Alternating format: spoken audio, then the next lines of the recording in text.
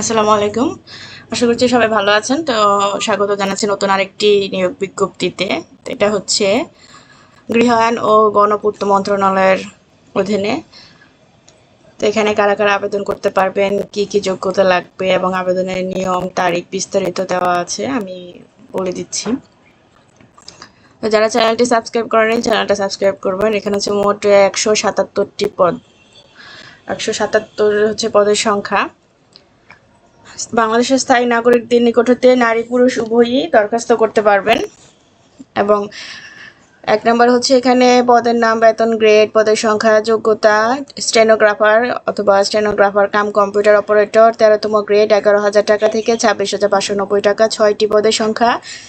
যে কোনো স্বীকৃত বিশ্ববিদ্যালয় হইতে অনন্য দ্বিতীয় শ্রেণী থাকতে হবে, সমমান বা সমমানের ডিগ্রি। কম্পিউটার ব্যবহার দক্ষতা থাকতে হবে। বাংলা ও ইংরেজিতে গতি থাকতে হবে 50 ও 80 করে, এবং টাইপের প্রতি সর্বনিম্ন গতি থাকতে হবে বাংলা ও ইংরেজি 25 ও 30 শব্দ।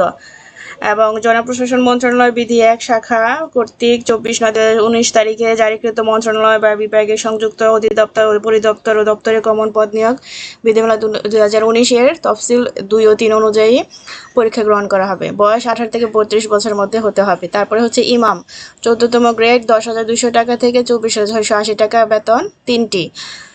যে কোনো বাংলাদেশের মাদ্রাসা শিক্ষা বোর্ড হতে কামিল অথবা কোনো কওমি মাদ্রাসা হতে দারায়ে হাদিস অথবা যে কোনো বিশ্ববিদ্যালয় হতে আরবিতে বা ইসলামিক যে কোনো বিষয়ে স্নাতক থাকতে হবে। হাদিস ও ফিকহ শাস্ত্রে যথেষ্ট জ্ঞানের অধিকারী হতে হবে। কিরাত পাঠে দক্ষতা থাকতে হবে। সুন্নতে অনুসারী হতে হবে। বিবাহিত হতে হবে।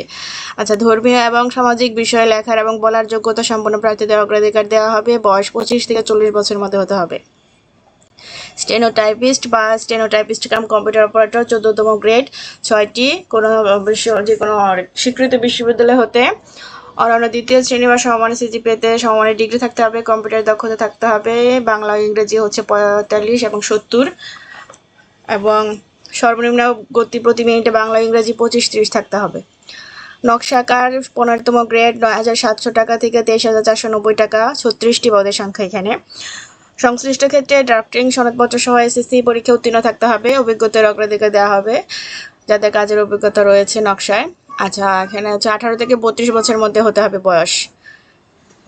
ভিটি অ্যাটেন্ডেন্ট 15তম গ্রেড 9,700 টাকা থেকে 23,490 টাকা, স্যালারি 3টি। মাধ্যমিক উচ্চ মাধ্যমিক শিক্ষা বোর্ড হতে এসএসসি অথবা সমমান পরীক্ষা উত্তীর্ণ থাকতে হবে। সরকারি স্বীকৃত ভোকেশনাল ট্রেনিং থাকতে হবে। 18 থেকে 32 বছরের মধ্যে হতে হবে। অফিস সহায়ক 123টি।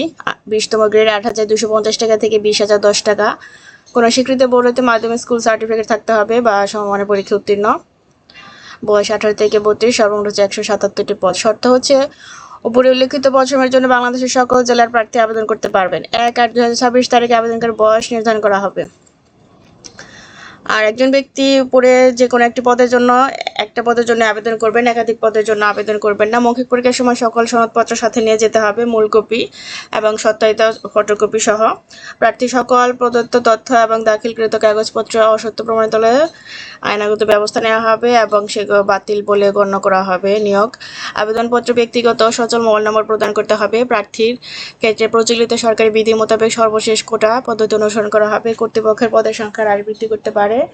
এবং নিয়োগ বিজ্ঞপ্তির নিজস্ব ওয়েবসাইটে পাওয়া যাবে হচ্ছে বিস্তারিত।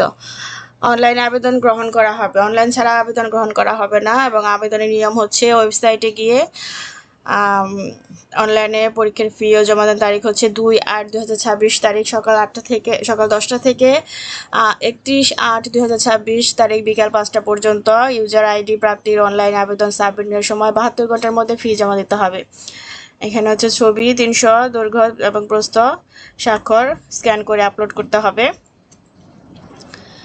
তো যারা নিজে থেকে আবেদন করবেন, এসএমএস প্রেরণের নিয়মাবলী এবং পরীক্ষার ফি প্রদান অনলাইনে আবেদন করবেন, যথাযথ পূরণ করে নির্দেশ মতো ছবি তারপর সিগনেচার আপলোড করবেন, আবেদন সাবমিট করবেন।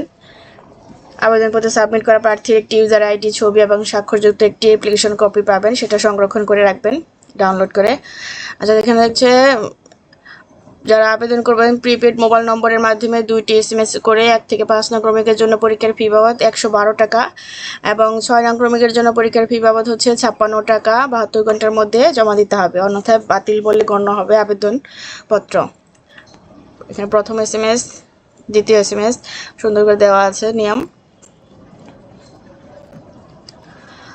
অনলাইনে আবেদন করতে কোনো সমস্যা হলে টেলিটকের হেল্পলাইন অথবা এই যে মেল করতে পারেন, তাদের সাথে যোগাযোগ করলে হেল্প করবে।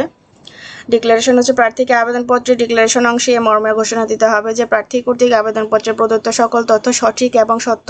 প্রদত্ত তথ্য যদি সত্য না হয় বা মিথ্যা প্রমাণিত হয় অথবা কোনো অযোগ্যতা ধরা পড়ে, কোনো প্রতারণা বা দুর্নীতির আশ্রয় গ্রহণ করে কিংবা পরীক্ষা নকল বা অসৎ উপায় অবলম্বন করে পরীক্ষার পূর্বে বা পরে এমনকি নিয়োগের যে কোনো পর্যায়ে প্রার্থিতা বাতিল করা হবে এবং সংশ্লিষ্ট প্রার্থীর বিরুদ্ধে আইনগত ব্যবস্থা গ্রহণ করা হবে। তো এই ছিল বিস্তারিত। যারা আবেদন করবেন নির্দিষ্ট সময়ের আগে আবেদন করবেন এবং আপনাদের যারা আবেদন করতে ইচ্ছুক পরিচিত তাদের সাথে শেয়ার করবেন। ধন্যবাদ ভিডিওটি দেখার জন্য।